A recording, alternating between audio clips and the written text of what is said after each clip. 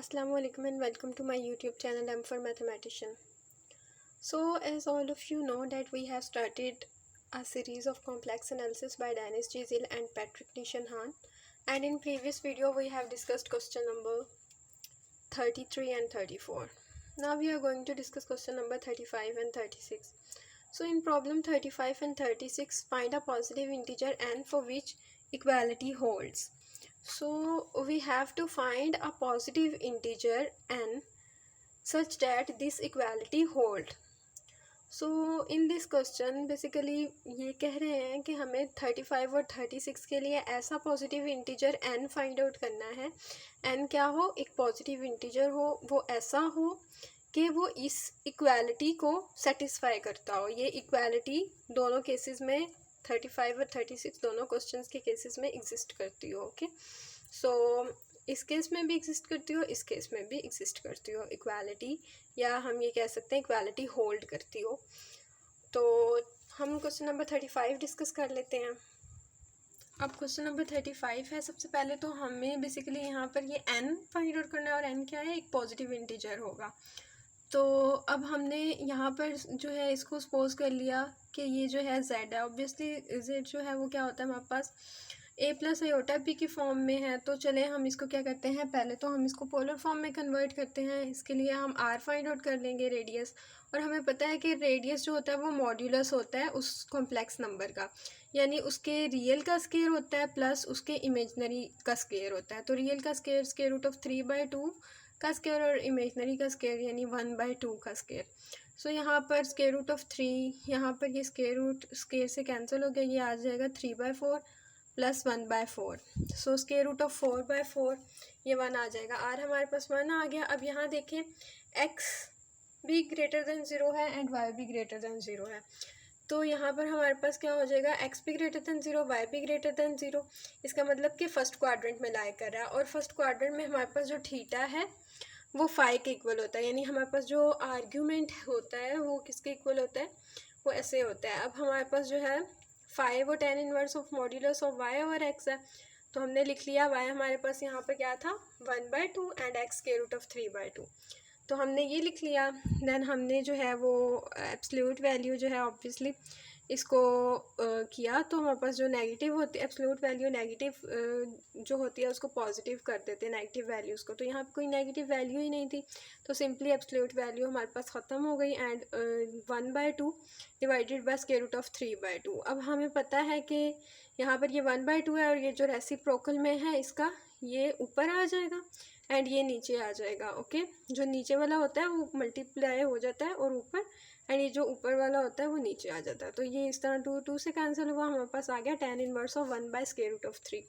हम tan inverse of 1/√3 calculator पे put करेंगे तो हमारे पास वैल्यू आ जाएगी π/6.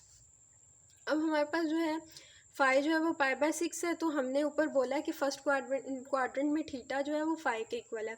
सो इसका मतलब ये होगा कि थीटा जो है वो भी π/6 हो जाएगा.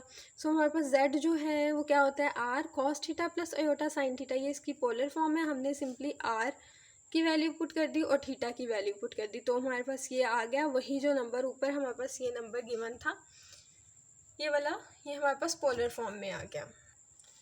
अब हमने क्या किया, हमने जो है वो अपना रिज़ल्ट z की पावर n r की पावर n कोस n theta plus iota sine n theta वो अप्लाई किया. यहाँ पर r की पावर 1 यानी r की पावर n यानी 1 की पावर n हो गया, and cos n theta, theta हमारे पास 5/6 था, एंड साइन n थीटा ये हो गया. अब हमारे पास हमें पता है कि क्वेश्चन में हमें गिवन है, हमने इसको जो है वो z सपोज किया था, तो z की पावर n क्या होगा -1 के इक्वल होगा.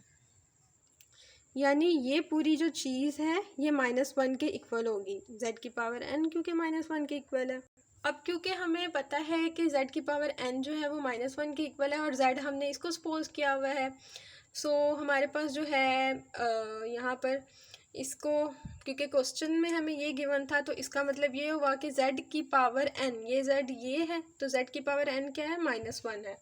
अब हमारे पास जो -1 तब आता है, z की पावर n -1 तब आता है जब हमारे पास z क्या हो cos pi plus iota sine pi. मतलब हमारे पास यहाँ पर जो है n जो है वो इस केस में 1 हो. जब 1 हो n हमारे पास यस cos pi plus iota sin pi हो। अब देखिए cos पाई करें तो -1 आ जाता है, sin पाई करें यानी sin 180 करें तो 0, तो ये -1 यहाँ पर पाई की केस में जो है वो सेटिस्फाई कर रही है, ये -1 आ रहा है। तो हमने क्या किया, हमने कह दिया कि cos pi plus iota sin पाई -1 के इक्वल आता है, और इधर से वही जो हमारे पास इक्वेशन थी cos n pi plus iota sin n pi cos n pi by 6 plus iota sin n pi by 6 is equal to Z N. तो जेड एन क्या था, -1 के इक्वल था, वो इक्वेशन लिख ली। इन दोनों इक्वेशंस के हमने एंगल्स को कंपेयर करना है।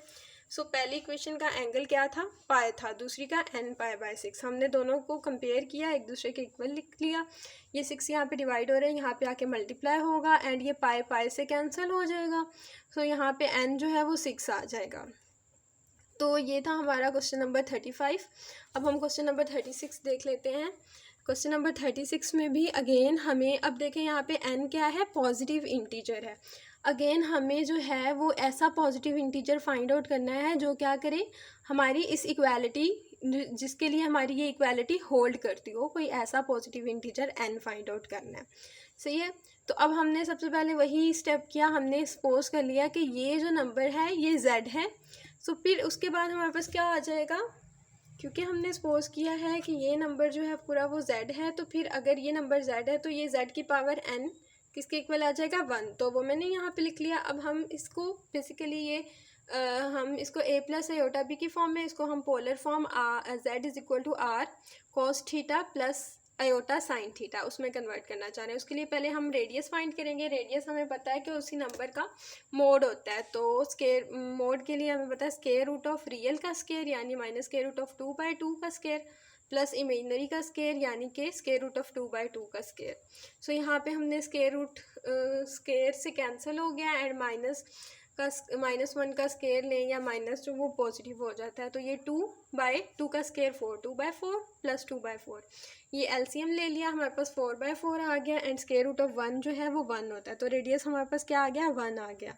नेक्स्ट हमने आर्ग्यूमेंट फाइंड आउट करना है। हमें पता है कि x लेस देन 0 है एंड y ग्रेटर देन 0 है, क्योंकि x हमारे पास माइनस स्केयर रूट ऑफ 2/2 है एंड y जो था वो स्केयर रूट ऑफ 2/2 था। तो x नेगेटिव है, y पॉजिटिव है, तो फिर ये सेकंड क्वाड्रेंट है। और सेकंड क्वाड्रेंट में हमें पता है कि आर्ग्यूमेंट और प्रिंसिपल आर्ग्यूमेंट दोनों क्या हैं, theta is equal to pi minus phi. तो पहले फाई फाइंड आउट कर लिया। फाई है tan inverse of mod of y over x। y जो था वो था square root of 2/2 and x था minus square root of 2/2। Cancel कर दिया, यहाँ पे tan inverse of mod of -1 रह गया, मॉड्यूलस ने -1 को पॉजिटिव कर दिया। सो tan इनवर्स ऑफ 1 जो है वो आ गया π/4। अब हम अगेन ये जो हमारे पास सेकंड क्वाड्रेंट में थीटा पाई माइनस फाई है, तो हमने ये किया पाई माइनस फाई, फाई π/4 था, तो पाई माइनस π/4, 4 इंटू 1 पाई क्या आ गया, 4 pi minus pi, 4 pi minus pi 3 पाई आ गया, यानी 3 π/4 आ गया। सो थीटा आ गया 3 π/4। मैंने जो है वो लिखा z इज इक्वल टू, जो मेरे पास पोलर फॉर्म होती है, z is equal to r cos theta plus iota sine theta. इसमें r जो था 1 वो पुट किया एंड थीटा अभी जो आया 3 π/4 वो पुट कर दिया। अब मैंने ये वाला अपना रिजल्ट अप्लाई किया। ये basically integer power of z में हमने ड्राइव किया था कि z की power n is equal to r raise to power n cos n theta plus iota sine n theta. अब हमने ये यूज़ करना है। तो हमें पता है कि यहाँ पर जो है वो हमारे पास z की power n is equal to r की power n cos n theta plus iota sine n theta था। अब z की पावर जो n है हमारे पास उसको हमने बस, अब हमारे पास r की वैल्यू 1 थी एंड थीटा हमारे पास आया था 3 π/4। तो हम r और थीटा की वैल्यू इसी में पुट करेंगे, तो हमारे पास z की पावर 1 इज इक्वल टू 1 की पावर z की power n is equal to 1 की power n cos n theta 3 π/4 plus iota sine n theta जो है 3 π/4 आ गया। सो यहाँ पे 1 की पावर n करें तो वो अगेन 1 ही आता है एंड ये n अंदर मल्टीप्लाई हो गया तो आ गया 3n π/4 और यहाँ पर भी सेम 3n π/4।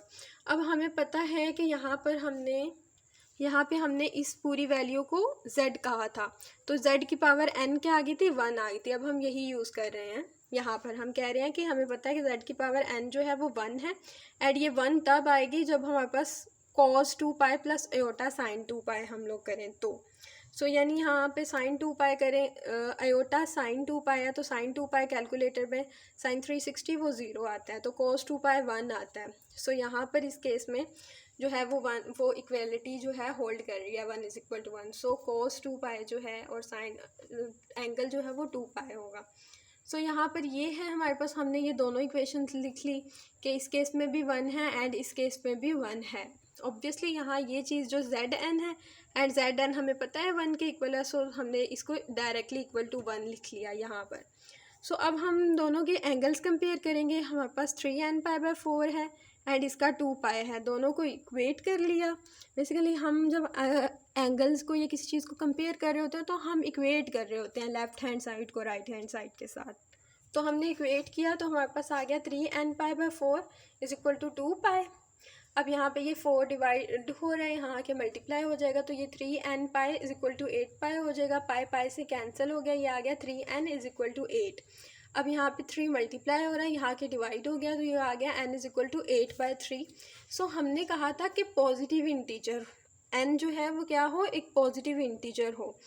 इवन हमारे पास जो है ये रिज़ल्ट था ZN = RN cos n theta plus iota sine n theta, इसमें भी क्लियरली इन्होंने कहा है कि फॉर एनी इंटीजर n। सो और क्वेश्चन में भी हमें उन्होंने यही कहा हुआ है कि पॉजिटिव इंटीजर होगा, n क्या होगा, एक पॉजिटिव इंटीजर होगा।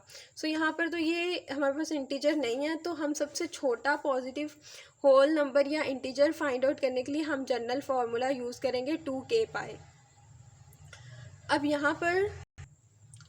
यहाँ पे हम 2 पाई की जगह 2k पाई पुट करते हैं। तो जब हमने 2k पाई पुट किया, यहाँ पर ये अगेन 4 यहाँ पे डिवाइड हो रहा था, यहाँ के मल्टीप्लाई हो गया, ये 8k पाई हो गया, यहाँ से पाई पाई से कैंसिल हुआ, ये आ गया 3n = 8k।